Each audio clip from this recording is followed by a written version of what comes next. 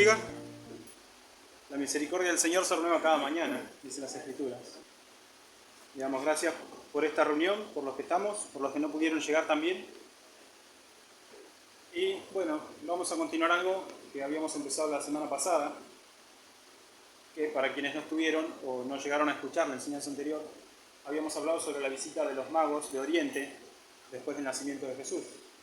Habíamos visto que esa visita había ocurrido probablemente dos años después del nacimiento de Cristo, porque dice que la estrella de Belén la habían visto hacía 2 años.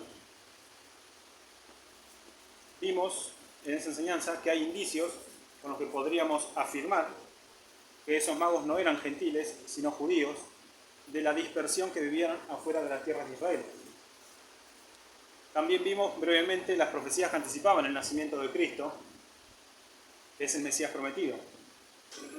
A lo último hablamos sobre el significado de los regalos y también hicimos observaciones sobre lo que generalmente se cree por tradición y no por lo que encontramos escrito en las Escrituras. Ahora bien, uno de los puntos más importantes puede ser que estos magos hayan buscado al rey de los judíos, como dice en el Evangelio de Mateo, capítulo 2, versículo 2, como leímos la semana pasada. Y hoy me gustaría que abordemos un poco más este aspecto, porque es importante para respondernos ciertos interrogantes que trascienden más allá de lo que nosotros creemos y pueden llegar a superar las barreras de aquellos que no creen. Quizá haya algunos que por poca experiencia espiritual o poco conocimiento de las Escrituras incluso puedan dudar si están siguiendo al Dios verdadero, o cómo responder si alguien pregunta cómo estamos tan seguros de que el Señor Jesús existió y que es el Hijo de Dios.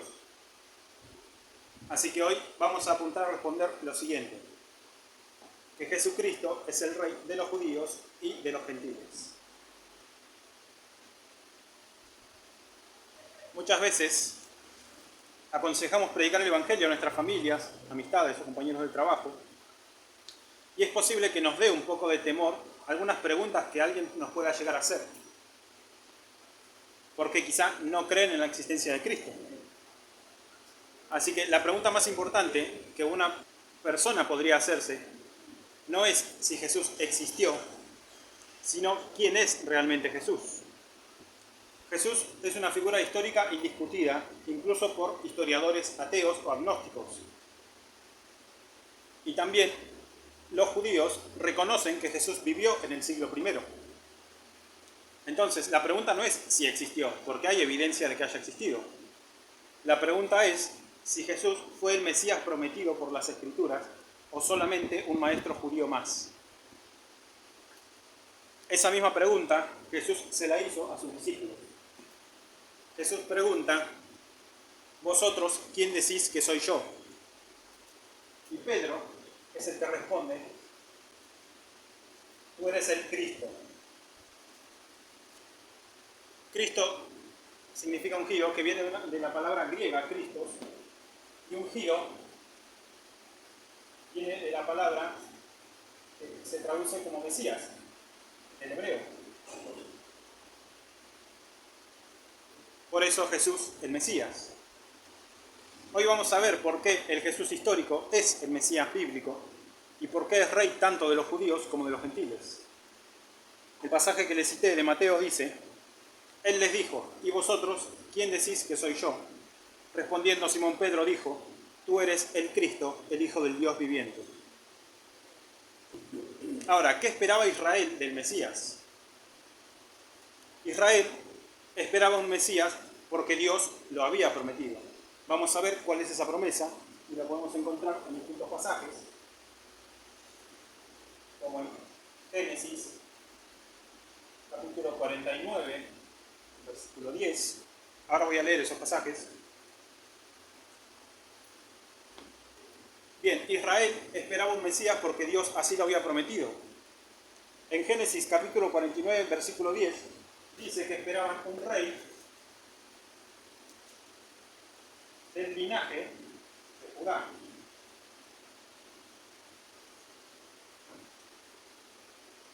En Isaías capítulo 9, dice que ese rey sería eterno, justo y tendría autoridad divina.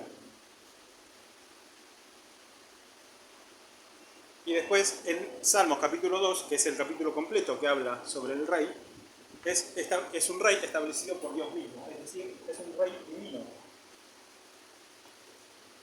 Entonces, los judíos ya sabían que la promesa del Mesías era la promesa de un rey. Los pasajes que cité, voy a ir leyéndolos.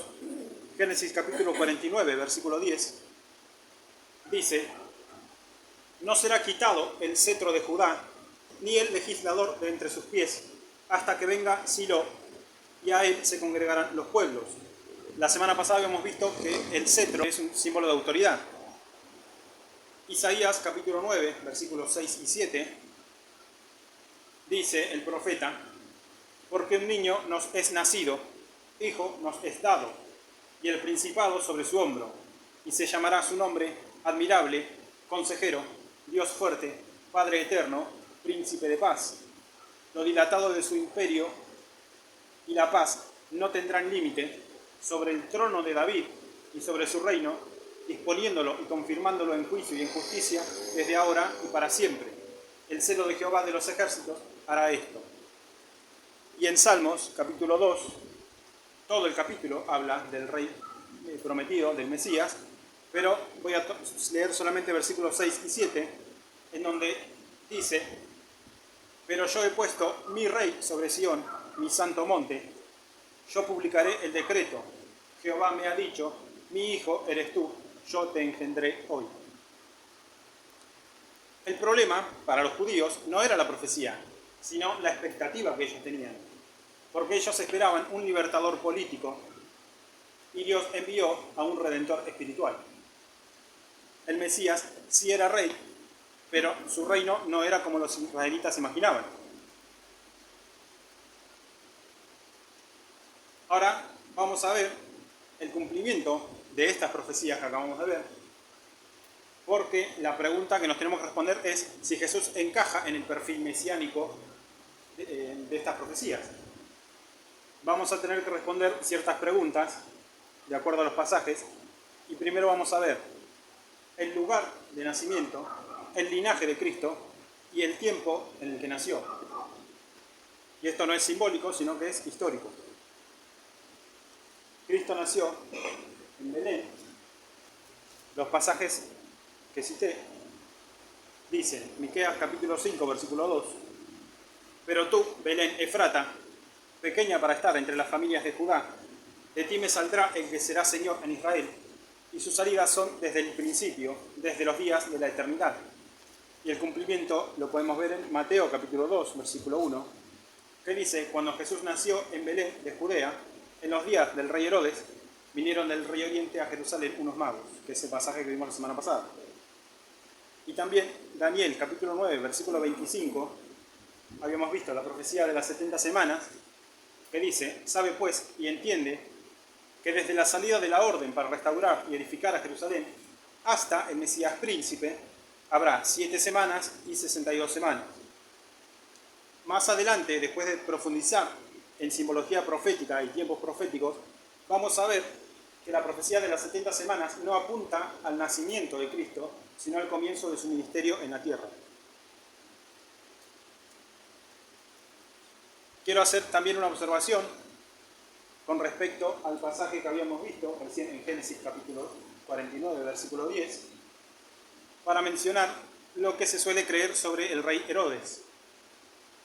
El rey Herodes, que gobernaba Judea cuando Cristo nació, es Herodes el Grande, no es el mismo que después es recibido cuando Pilato dice: no me corresponde a mí, vos sos judío, tenés que ir a que te juzgue un rey judío, Herodes, cuando a Cristo lo acusaban para crucificarlo.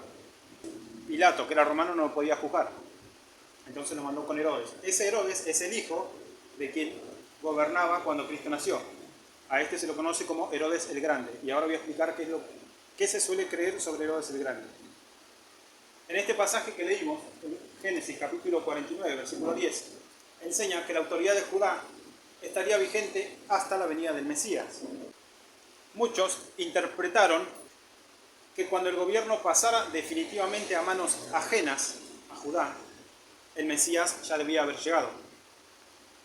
Y esto históricamente ocurrió cuando Herodes el Grande gobernaba en Judea, precisamente en el tiempo que nació Jesús. Porque Herodes no era un judío puro, sino que era idumeo, voy a escribir acá, Herodes el Grande era idumeo o edomita, por línea paterna. Los idumeos o edomitas son descendientes de Esaú, hermano de Jacob. Esaú le vendió la primogenitura a Jacob y Jacob heredó la promesa. De Jacob es descendiente Judá. Para explicar esto, Herodes era idumeo. Los idumeos o edomitas son descendientes de Esaú, que era hermano gemelo de Jacob. Estos habitaron en la región de Edom, por eso también se les llama edomitas, que es al sur del Mar Muerto, pero en griego también se llama Idumea, que es la misma ciudad. Ahora, Judá era hijo de Jacob. A Jacob después se le entrega la promesa de llamarse Israel. Es decir, el Mesías prometido iba a venir a través del linaje de Jacob, por la tribu de Judá. Jacob tuvo 12 hijos. Por la tribu de Judá iba a venir el linaje, que de ahí viene David, y de ahí sigue hacia adelante hasta llegar a Jesús. Ahora, Herodes no venía de este linaje de Jacob, sino de Saúl, el que no había recibido la promesa del Mesías. Por eso muchos entienden que la promesa en Génesis capítulo 49, versículo 10, en donde dice que el cetro de Judá iba a permanecer en Judá hasta la venida del Mesías. Entonces algunos entienden ese hasta como si en un tiempo en el que no gobernara alguien de la línea de la tribu de Judá, ahí nacería el Mesías o incluso antes. La Biblia no lo establece específicamente así como una profecía, pero algunos lo interpretan esto a partir de Génesis capítulo 49, versículo 10. Por eso, hace un momento leímos que el pasaje dice hasta que venga Silo. Entonces, a partir de ahí se interpreta que el cetro de Judá sería quitado una vez que venga Silo. Entonces, en términos judíos, Herodes no era judío, tampoco era legítimo heredero del trono del linaje de Jacob por la tribu de Judá, del trono prometido a David. Gobernaba por imposición extranjera, es decir, por el Imperio Romano que lo había puesto a gobernar Judea. Bien, ahora entonces vamos a hablar sobre el ministerio de Jesús. Porque en Isaías, capítulo 61, dice que él traería buenas nuevas, sanidad y libertad. Isaías, capítulo 61, versículos 1 y 2, dice que el Mesías traería buenas nuevas, sanidad y libertad. Y Jesús dice que la profecía se cumple en él, en Lucas, capítulo 4, versículo 21. Esto es el comienzo de su ministerio, que es al mismo tiempo de la profecía de Daniel.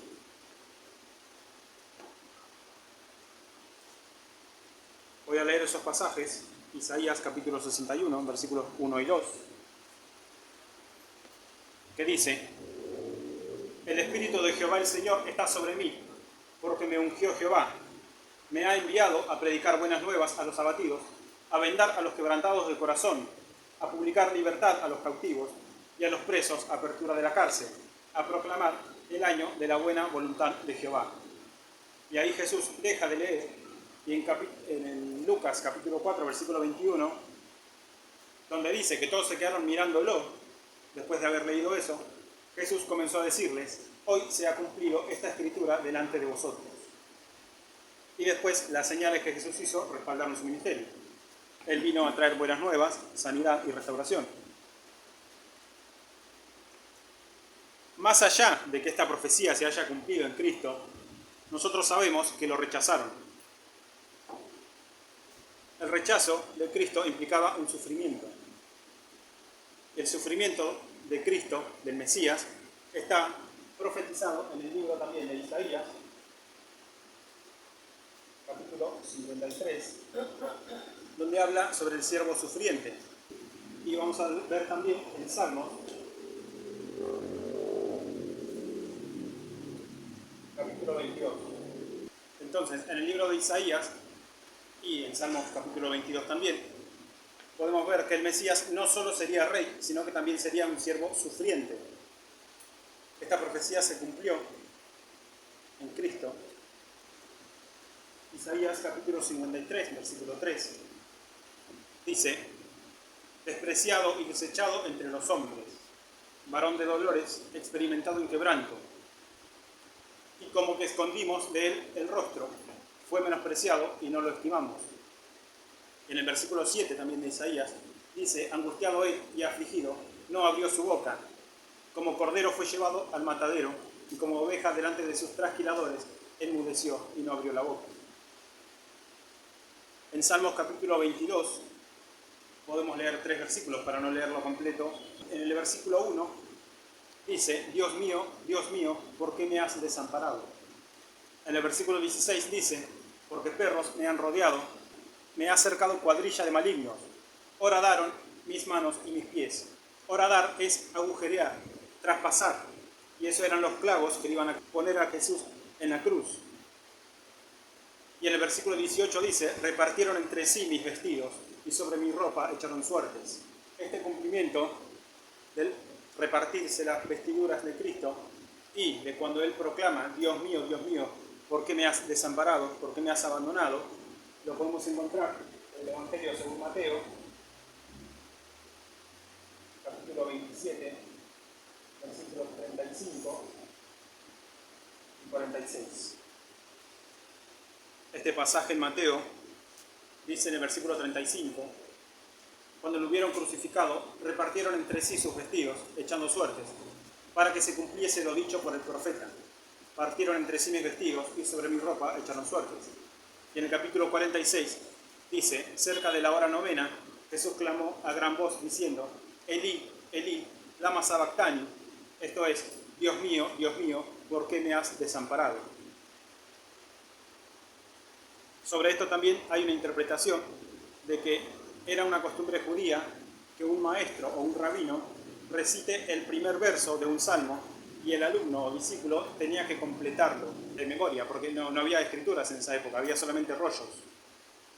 Entonces aprendían de memoria esos salmos, y cuando Cristo en la cruz dice: Dios mío, ¿por qué me has desamparado?, los mismos fariseos que lo habían acusado para que lo crucifiquen, ellos ahí se dan cuenta de lo que acabamos de leer en el pasaje, que dice: sobre mi ropa echaron suertes, que es lo que estaba pasando en ese momento, y también horadaron mis manos y mis pies.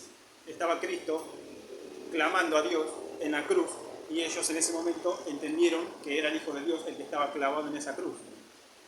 Es decir, ellos mismos tenían que haber reconocido que Jesús, que estaba clavado en esa cruz, era el Cristo, el Mesías prometido.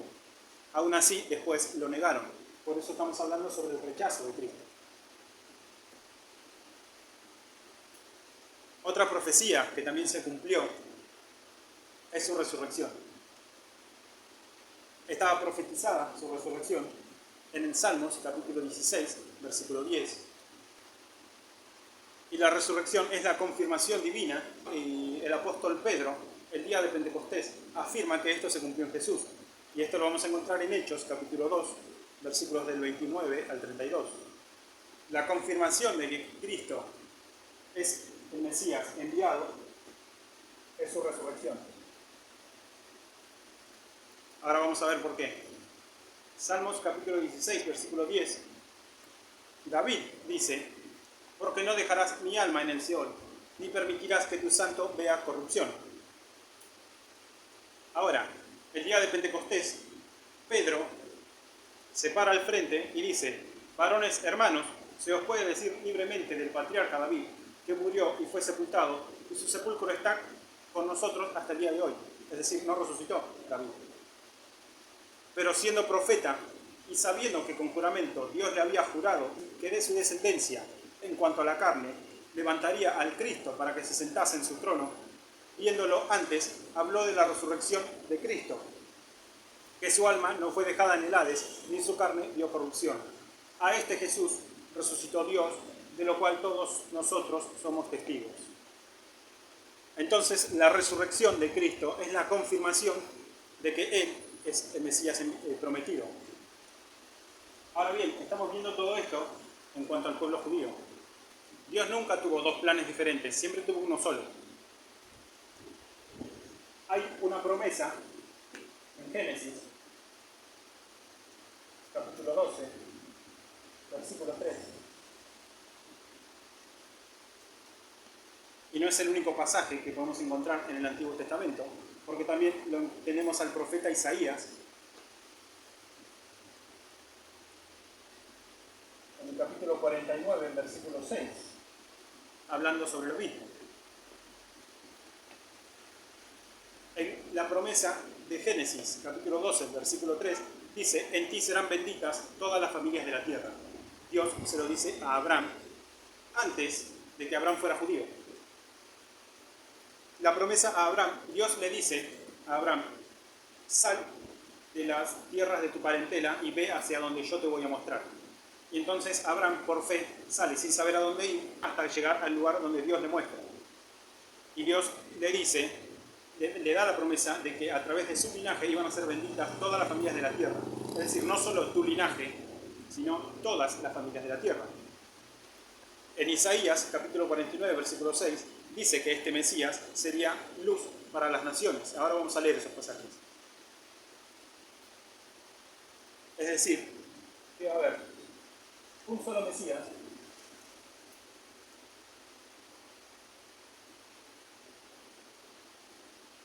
para todas las naciones, judías o no judías. Génesis capítulo 12, versículo 3, el versículo dice: bendeciré a los que te bendijeren, y a los que te maldijeren, maldeciré, y serán benditas en ti todas las familias de la tierra.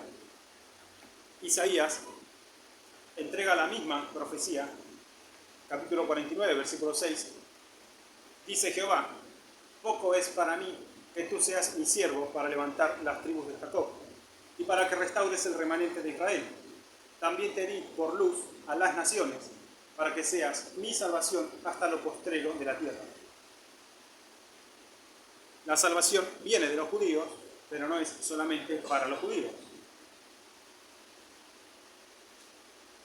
Entonces, acá también podemos ver que Dios mismo, desde el antiguo pacto, venía diciendo que Cristo, el Mesías, iba a ser para todas las naciones y no solo para un solo pueblo. Por eso quizá puede llamar la atención el título que vimos la semana pasada, que los magos dijeron sobre Cristo como el rey de los judíos. El rey de los judíos, esta expresión, aparece dos veces.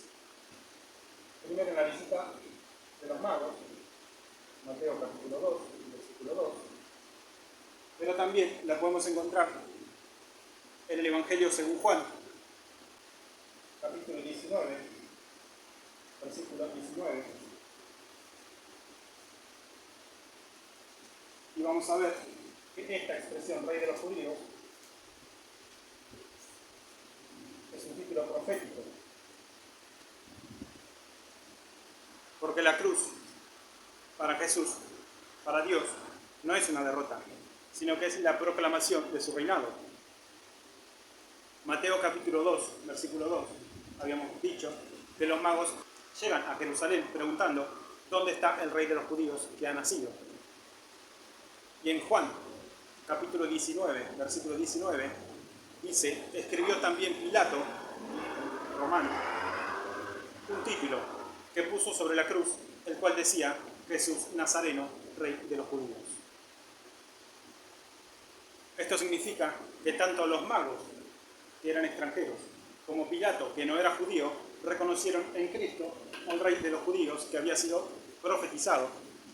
Y fijémonos que incluso los extranjeros y los gentiles proclaman este título, rey de los judíos, porque es un título profético. Los magos tenían conocimiento, pero Pilato no tenía ningún conocimiento sobre las escrituras. Aún así, le puso un cartel sobre la cruz. Ya vamos terminando con el punto número 5 para hablar sobre el rechazo y el plan de Dios. Cristo se convirtió no solo en el rey de los judíos, sino en el rey de los gentiles. ¿Y cómo fue que ocurrió esto? Precisamente por lo que estábamos hablando hace un momento sobre el rechazo del Mesías, que estaba profetizado en Isaías capítulo 53. Y Pablo mismo lo confirma en la carta a los Romanos,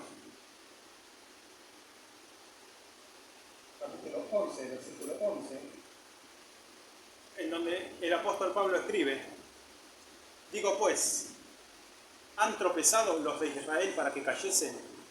En ninguna manera, pero por su transgresión vino la salvación a los gentiles. Es decir, por el rechazo de Cristo como el Mesías prometido, se abre una puerta de predicación del Evangelio para los gentiles. Por eso estamos diciendo que Dios no tenía dos planes diferentes, siempre tuvo uno solo. El rechazo de los judíos a Cristo abre la puerta a la predicación del Evangelio a los gentiles. En el libro de los Hechos se ve más claro. Cuando el día de Pentecostés también hay algunos judíos que se están burlando, que dicen estos están borrachos, hablando en lengua. Y ahí empieza la proclamación porque Jesús dice: serán mis testigos en Jerusalén, en Samaria, hasta todos los confines de la tierra. Ahora, eso implicaba que iba a ser predicado en Jerusalén, en Judea, en Samaria, y los iban a ir rechazando. Por eso en el libro de los Hechos, primero está la predicación en Jerusalén, que es cuando dicen, estos que están hablando en lenguas extrañas están todos borrachos. Ese es el primer rechazo. Aún así, 3.000 se convierten y se bautizan. Felipe es el que va y predica en Samaria. Y después de eso, va a encontrar en Hechos capítulo 10, Pedro no entendía porque había recibido una visión en la que decía que había unos animales que para los judíos tenían prohibido comer. Entonces en la visión le decían, mata y come, y él decía, no, porque lo que es inmundo no va a entrar en mi boca. Y se le revelaba diciéndole, no llames inmundo a lo que Dios limpió. Bueno, ahí era una visión que Pedro estaba recibiendo sin entender. Cuando predicó el mensaje del Evangelio y el Espíritu Santo desciende sobre todos los que estaban ahí y empiezan a hablar en lenguas también. Y Pedro dice, entonces la salvación no era solamente para los judíos, era para los gentiles también. Los gentiles son los no judíos. Bien, entonces tenemos lo último, que es la conclusión, que tiene que ver con lo que estamos hablando del rechazo y de que Dios no tenía dos planes, sino uno solo. Porque esto también lo podemos encontrar en el Evangelio según Juan, capítulo 1, versículos del 11 al 13, en donde el apóstol Juan escribe: a los suyos vino y los suyos no le recibieron, mas a todos los que le recibieron, a los que creen en su nombre, les dio potestad de ser hechos hijos de Dios, los cuales no son engendrados de sangre, ni de voluntad de carne, ni de voluntad de varón, sino de Dios. Entonces, con todo lo que estamos viendo, podemos afirmar que Jesús es el Rey, es el Mesías, es el Cristo y es el Salvador, que ya había sido profetizado desde el Antiguo Pacto. Con toda esta revelación de las Escrituras no se puede admitir neutralidad. Es decir, Jesús no es solamente una figura histórica. ¿Es el Mesías o no lo es? No hay un punto medio. Así que si algún día alguien le pregunta cómo sabe que Jesús existió, están los registros históricos.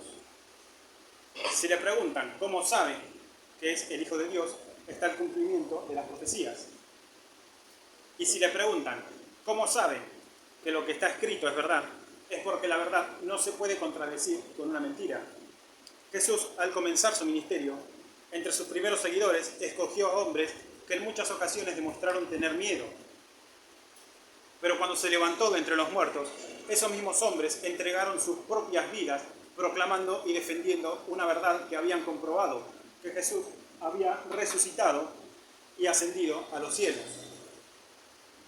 Si esos hombres hubieran querido mentir con que Cristo había resucitado, simplemente tendría que haber aparecido el cuerpo muerto de Jesús. Y tampoco habrían estado dispuestos a que les quitaran la vida por defender una mentira. El mismo apóstol Pablo pasó de ser perseguidor de los primeros cristianos a ser el mayor defensor del Evangelio y fue el apóstol de los gentiles. Ese cambio no hubiese podido ser cierto a menos que se hubiera encontrado con la verdad. En Hechos capítulo 4, versículo 18, dice que los sacerdotes del templo llamaron a los discípulos y les dijeron que en ninguna manera hablasen ni enseñasen en el nombre de Jesús. Pero Pedro y Juan respondieron diciéndoles: juzgad si es justo delante de Dios obedecer a vosotros antes que a Dios, porque no podemos dejar de decir lo que hemos visto y oído. Por eso, si Cristo cambió nuestras vidas, nosotros tampoco podemos dejar de testificar. Puede haber gente que no crea, puede haber incluso todavía judíos que no lo acepten como el Mesías prometido, pero la realidad es una sola. El Jesús histórico es el Cristo prometido, es el Rey de los judíos, es el Rey de los gentiles y es Rey para todo aquel que cree. Dios los bendiga. Amén.